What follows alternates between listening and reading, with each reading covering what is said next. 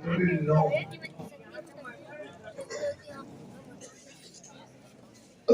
لله نحمده ونصلي على رسوله الكريم أما بعد فأعوذ بالله من الشيطان الرجيم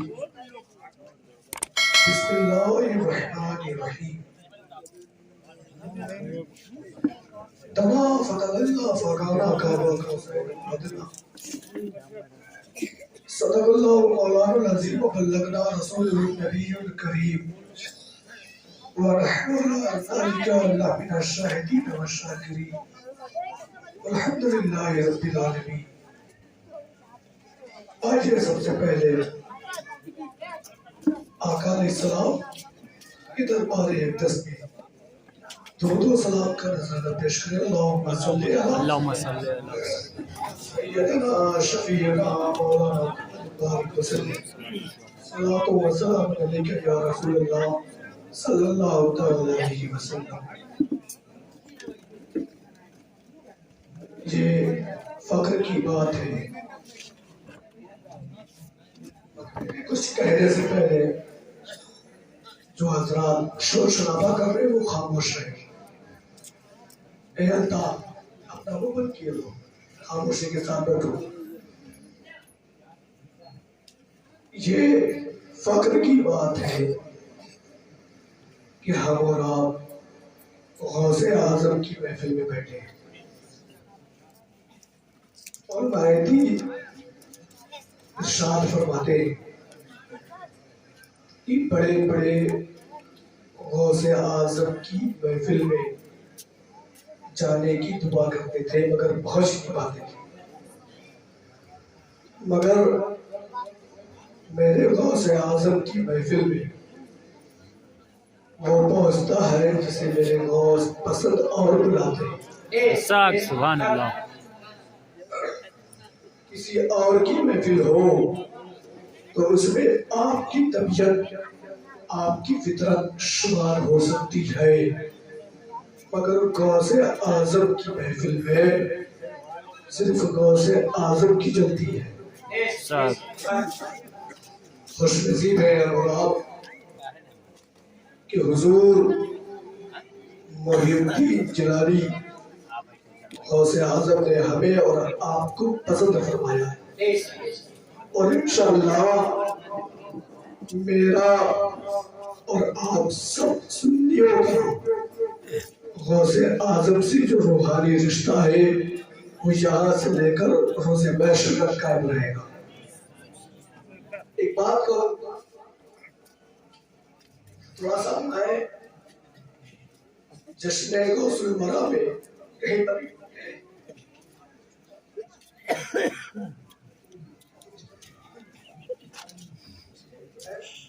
رسول ہوتا ہے کھلونا نہیں ہوتا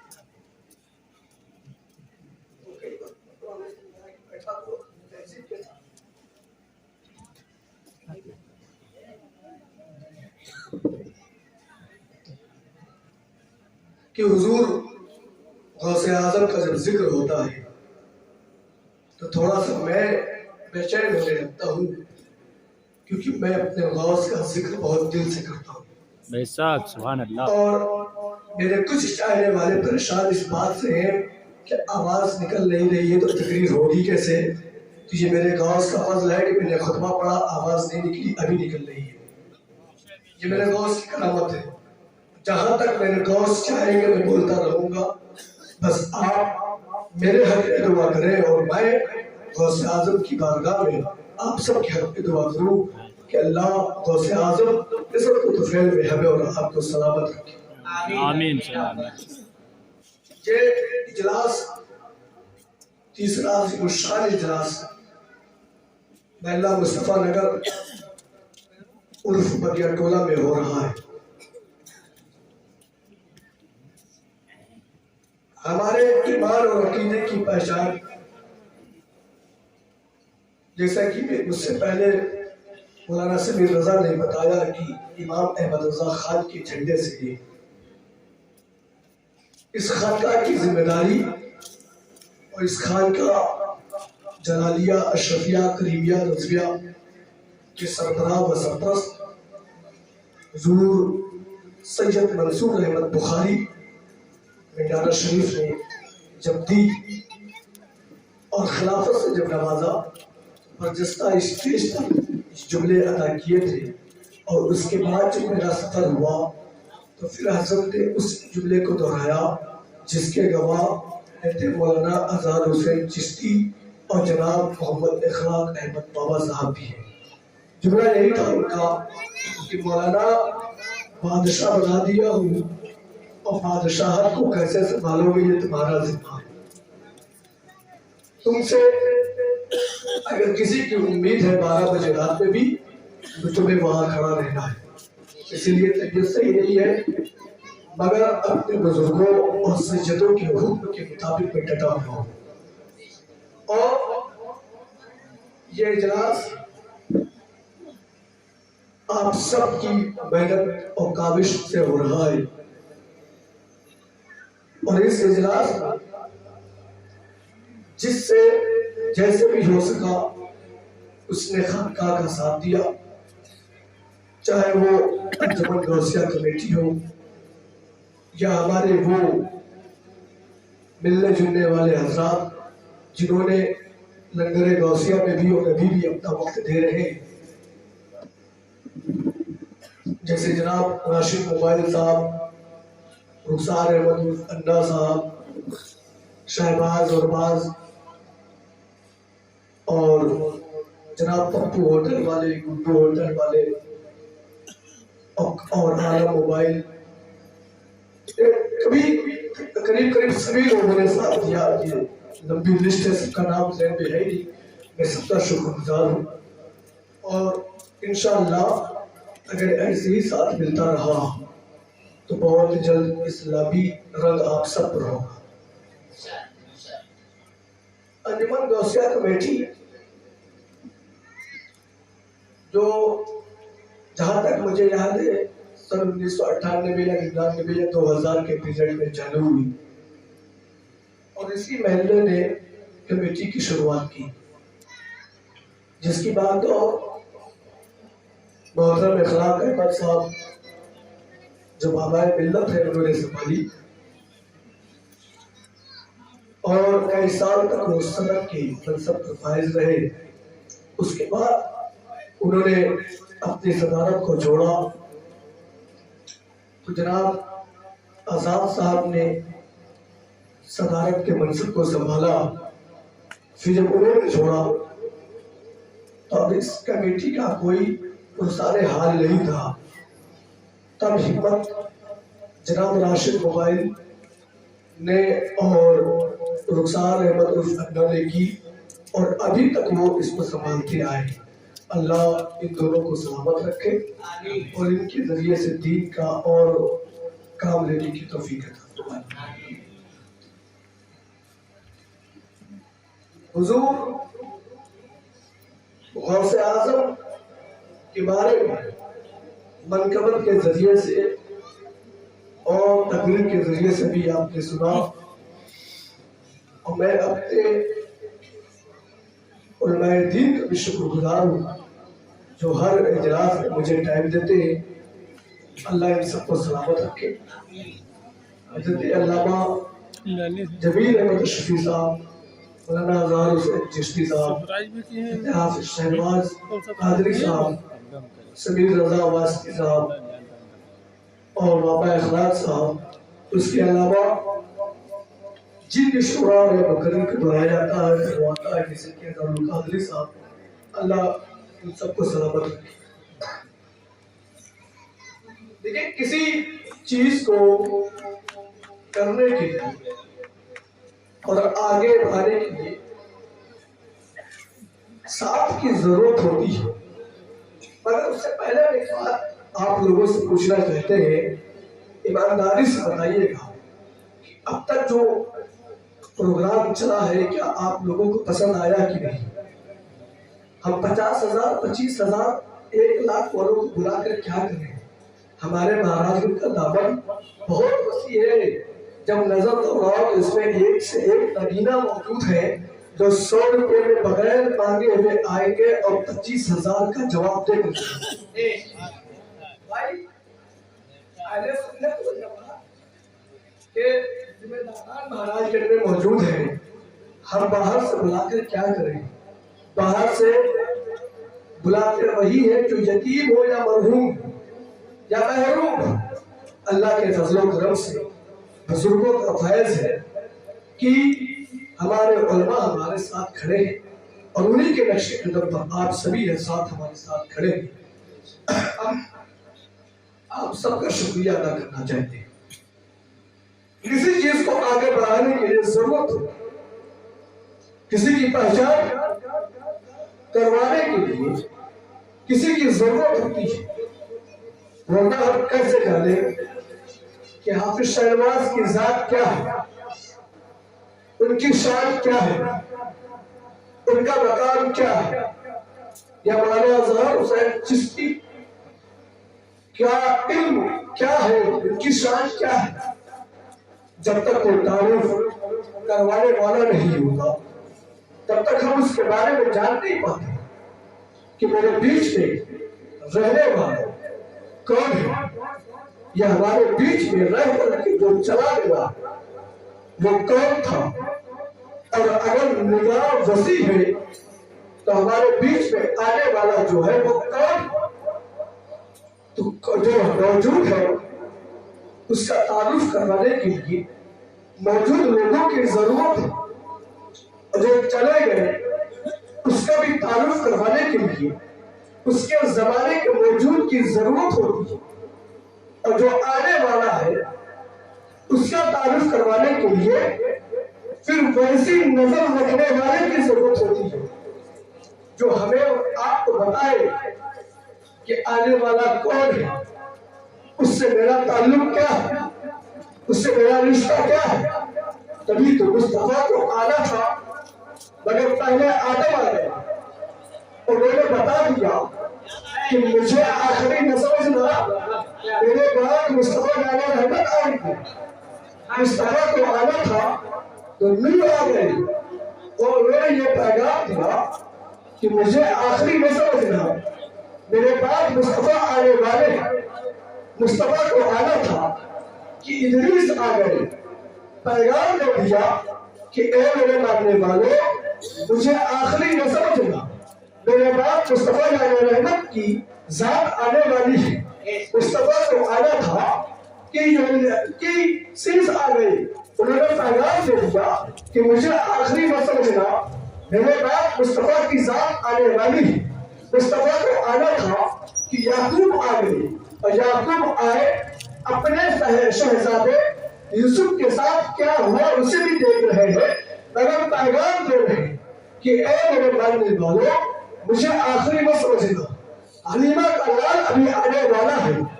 اور مصطفیٰ کو آنا تھا کہ یوسف آ گئے، انہوں نے اپنے جلوے کو دکھایا، اپنے چہرے کو دکھایا، اپنے جلال کو دکھایا، اپنے جمال کو دکھایا، اپنے رنگ کو دکھایا.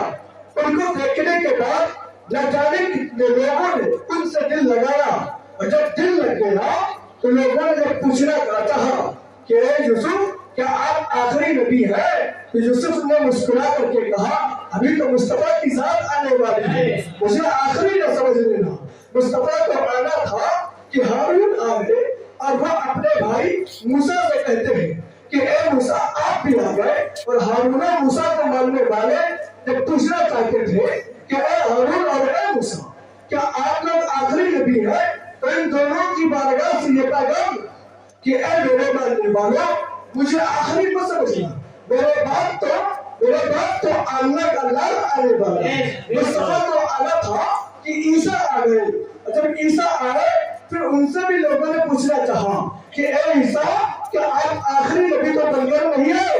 انہوں نے پوچھا کہ بھائی یہ سوال کیوں ہے، تو جواب ملتا ہے آدم سے پوچھا جواب ملا کہ کوئی آئے گا، نوح سے پوچھا جواب ملا کہ کوئی آئے گا، ادریس سے پوچھا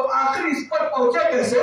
تو وہ آنے والی نوجوان کی روح وہ کہتی ہے کہ اے میرے آقا، اس میں سوچنے کی بات کیا ہے؟ میں اپنی گردن کو آپ کے قدموں میں جھکاتا ہوں، میں اپنی گردن کو آپ کے قدموں میں جھکاتا ہوں، اور آپ اپنا قدم میری گردن پہ رکھیں، پھر آگے کی منزل کعبہ قوسین کی منزل کو طے کریں۔ اس نوجوان نے اپنی گردن کو جھکایا، میرے مصطفیٰ نے اس کی گردن پہ اپنے قدم کو رکھا، پھر آگے کا سفر طے کیا۔ رب کی بارگاہ ہے، مصطفیٰ کی ذات ہے، رب کی بارگاہ ہے، مصطفیٰ کی ذات ہے، رب کی بارگاہ ہے، مصطفیٰ کا دیدار ہے، رب کی بارگاہ ہے، مصطفیٰ کی معراج ہے، رب کی بارگاہ ہے، مصطفیٰ کی شان ہے، رب کی بارگاہ ہے، مصطفیٰ کی ذات ہے، رب کی بارگاہ ہے، مصطفیٰ کی نبوت ہے، رب کی بارگاہ ہے، مصطفیٰ کی رسالت ہے، رب کی بارگاہ ہے، مصطفیٰ جانے رحمت جانے جانا میرے آقا، میرے نبی، میرے پیغمبر، میرے رسول وہاں پر موجود ہے۔ وہ پوچھتے ہیں کہ اے اللہ، یہ نوجوان کون تھا جس نے میرے لیے اپنی گردن کو جھکایا؟ اپنی گردن کو جھکانے کے بعد میرے قدم کو اپنی گردن پہ لیا۔ اے میرے پروردگار، یہ نوجوان کون تھا؟ وہ کہتا ہے اے میرے محبوب، کیا آپ کو نہیں معلوم، کیا تمہیں نہیں معلوم کہ نوجوان کون ہے؟ مصطفیٰ عرض کرتے ہیں اے میرے خدا، ہمیں نہیں معلوم کہ یہ نوجوان کون ہے جس نے میرے لیے اپنی گردن کو جھکایا۔ رب کہتا ہے کہ اے میرے محبوب، پریشان نہ ہو، اے میرے محبوب، سوچنے کی بات نہیں ہے، اے میرے محبوب، اس نوجوان کے بارے میں زیادہ فکر نہ کرو۔ محبوب کہتے ہیں کہ آخر وہ نوجوان ہے کون جس نے میرے لیے اپنی گردن کو جھکایا؟ تو میں نے اس کی گردن پر اپنے قدم کو رکھا، تو رب کی بارگاہ سے ندا آتی ہے کہ اے محبوب علیہ السلام، اے محبوب میرے محبوب، وہ کوئی اور نہیں بلکہ تمہاری آواز ہے جسے زمانہ عبد القادر کے نام سے جانے اللہ اکبر۔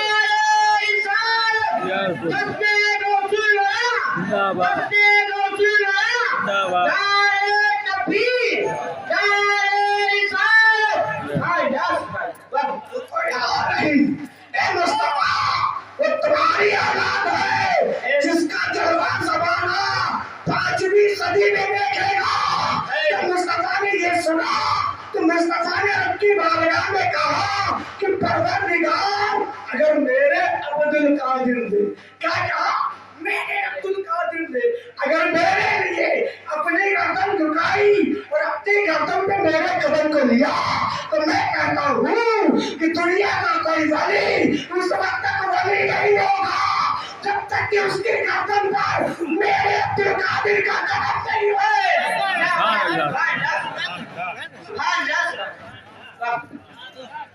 جب تک میرے عبد القادر کا قدم تمام اولیاء کی گردن پہ نہیں ہوگا، جب تک وہ اولیاء۔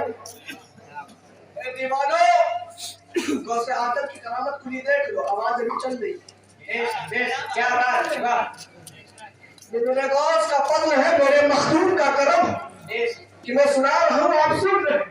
مولا میرا سنانا آپ کا سن، غوث اعظم کے سب کے طفیل میں قبول ہو۔ آمین۔ کہ اگر ایسا ہے، میرے لفظ میرے جو ہے نا یہ بہت مانے ہیں۔ اگر کوئی کہہ دے ہاں میرا بھی تعلق ہے، تو لگتا ہے کہ تعلق ہے مگر دور کا، اور جب کوئی کہہ دیتا ہے کہ میرا ان سے تعلق ہے، پتا چلتا ہے کہ بہت قریب۔ لفظ میرے میں مٹھاس اس لیے ہے کیونکہ مصطفیٰ نے کہا کہ میرے عبد القادر، اگر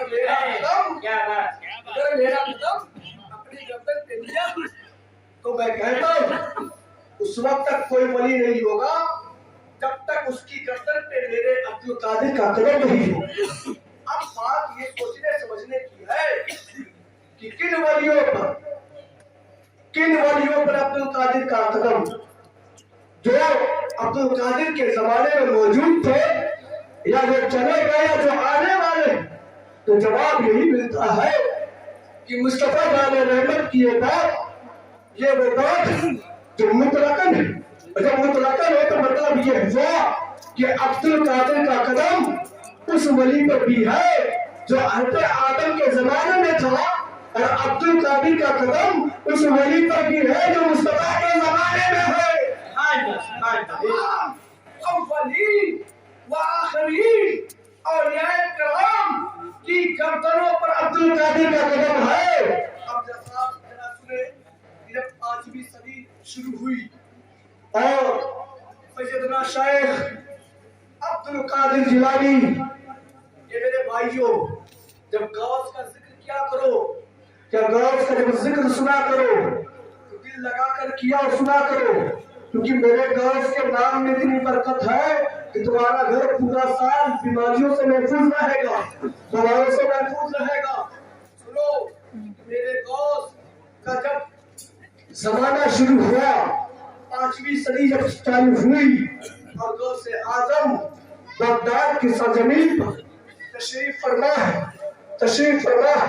مگر ذرا ایک بات اور سنیں کہ اولیاءوں کی شان کیا ہے، اس کو مصطفیٰ جان رحمت نے پہلے ہی بتا دیا، تاکہ ماننے والوں میرے اور صحابہ کے بعد اولیاءوں کی شان کو کم مت سمجھنا، کیونکہ جو اولیاء ہوتے ہیں وہ بھی تہجد والے ہوتے ہیں۔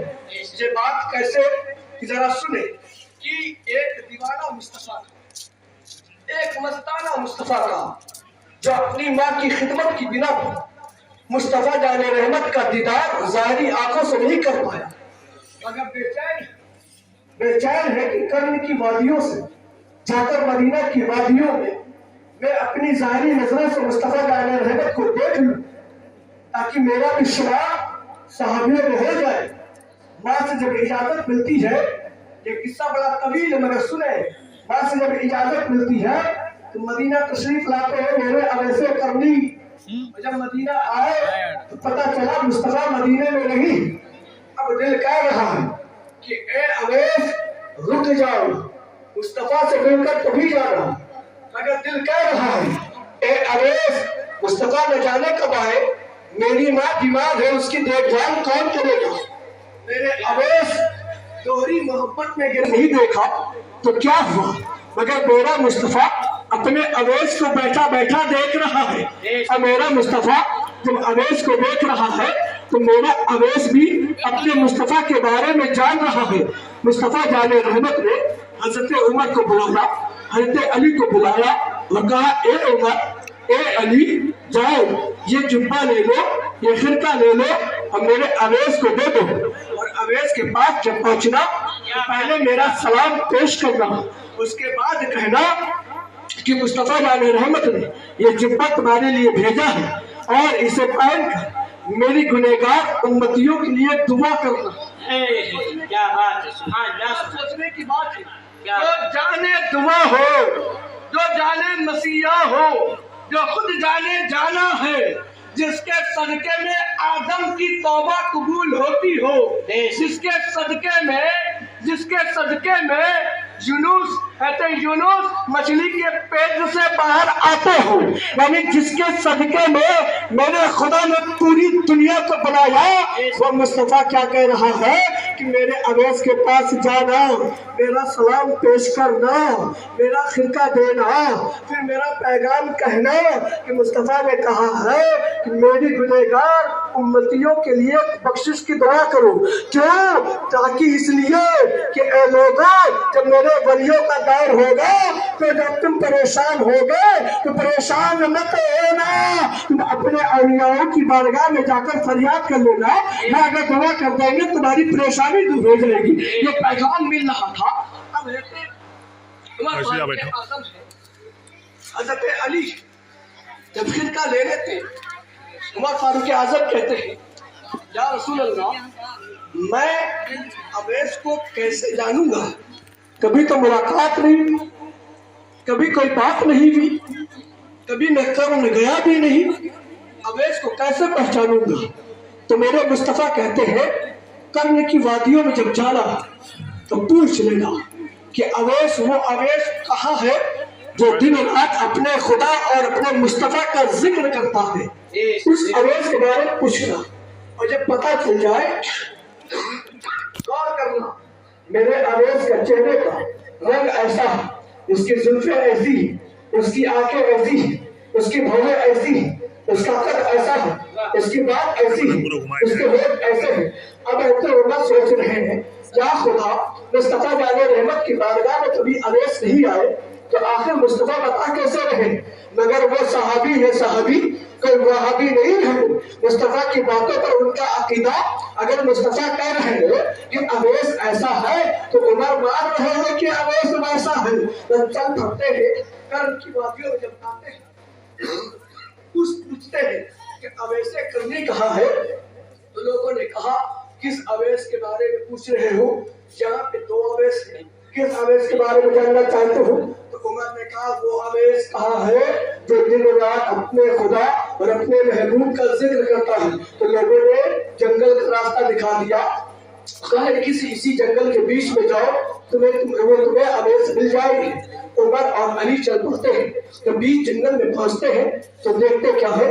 اویس کرنی ہے جو عبادت کو مشغول ہے، خدا کی حمد و ثنا کر رہے ہیں، خدا کی تعریفیں بیان کر رہے ہیں، مصطفیٰ کا ذکر کر رہے ہیں۔ تو عمر پیچھے کھڑے ہیں کہ شاید اویس اب اپنا سر اٹھائے، شاید اویس اب اپنا سر اٹھائے، شاید اویس اب اپنا سر اٹھائے۔ جب دیر ہو گئی عمر نے سلام کیا، جب سلام کی آواز اویس کے کانوں میں گئی، اویس نے اپنے سر کو اٹھایا، پیچھے جب بڑے کہا کون؟ کہا میں عمر۔ کہا کون عمر؟ کہا عمر ابن خطاب۔ کہتے اویس کرنی کے لبوں پہ مسکراہٹ۔ کہا یہ کون؟ کہتے علی۔ کون علی؟ کہا وہی علی جسے مصطفیٰ نے شیر خدا کہا، وہی علی جو مصطفیٰ کا یقین ہے، وہی علی جو مصطفیٰ کا اعتماد ہے، وہی علی جو مصطفیٰ کا بھروسہ ہے۔ ارے یہ وہی علی ہے جو مصطفیٰ کے بستر پر سونے والا ہے، یہ وہی علی ہے جو مصطفیٰ کے بستر پر سونے والا ہے، یہ وہی علی ہے جو پیدا ہوا کہ اپنی آنکھوں کو نہیں کھولا، مگر جب مصطفیٰ کی گود تھی تو علی نے اپنی آنکھوں کو کھولا، کھول کر یہ پیغام دیا کہ میں خانہ کعبہ میں تو ضرور بیٹھا ہوا ہوں، خانہ کعبہ مجھ سے کہہ رہا تھا کہ اے علی اپنی نظروں کو دیکھ کھول کر مجھے دیکھ لو، کیونکہ مجھے دیکھنے کے لیے دنیا سے لوگ آتے ہیں، مگر میرا دل کہہ رہا تھا کہ اے خانہ کعبہ میں تیرے لیے پیدا نہیں کیا گیا، میں اپنے مصطفیٰ کے لیے پیدا کیا گیا ہوں۔ اس لیے جب مصطفیٰ کی گود تھی تو میں نے اپنی آنکھوں کو کھول دیا۔ نعرہ تکبیر، نعرہ رسالت، نعرہ رسالت، جشن غوث الورا، جشن غوث الورا، نعرہ تکبیر، نعرہ رسالت۔ یہ وہ علی ہے۔ اویس مسکراتے ہیں، پھر کہتے ہیں آنے کا مقصد۔ عمر کہتے ہیں کہ اے اویس مصطفیٰ جان رحمت نے تمہیں سلام کہا ہے۔ میرے اویس نے جب اتنا سنا اویس بے ہوش ہو جاتے ہیں، تھوڑی دیر کے بعد جب ہوش آتا ہے تو اویس پوچھتے ہیں اے عمر میرے مصطفیٰ نے، میرے مصطفیٰ نے، میرے محبوب نے، میرے آقا نے، میرے مولا نے میرا نام لے کر سلام کہا تھا یا ایسے ہی سلام کہا تھا؟ اویس پوچھتے ہیں کہ میرا مصطفیٰ جس نے مجھ سے سلام کہا ہے میرا نام لے کر کے سلام کہا تھا یا ایسے ہی کہہ دیا تھا؟ عمر کہتے ہیں اویس مصطفیٰ جان رحمت نے تمہارا نام لے کر کے کہا تھا۔ اب اویس ہے جو عمر کی طرف دیکھ رہے ہیں، عمر ہے جو اویس کی طرف دیکھ رہے ہیں، تو تھوڑی دیر دونوں دیکھتے رہے، پھر اویس مسکراتے ہیں، مسکرانے کے بعد کہتے ہیں اے غوث اعظم کے دیواروں ذرا مچل کر بولو، ذرا مچل کر بولو نا علی کے نام پر، ذرا مچل کر بولو عمر کے نام پر، ارے مصطفیٰ کی ذات پر بولو سبحان اللہ، ذرا مچلو ذرا دیواروں۔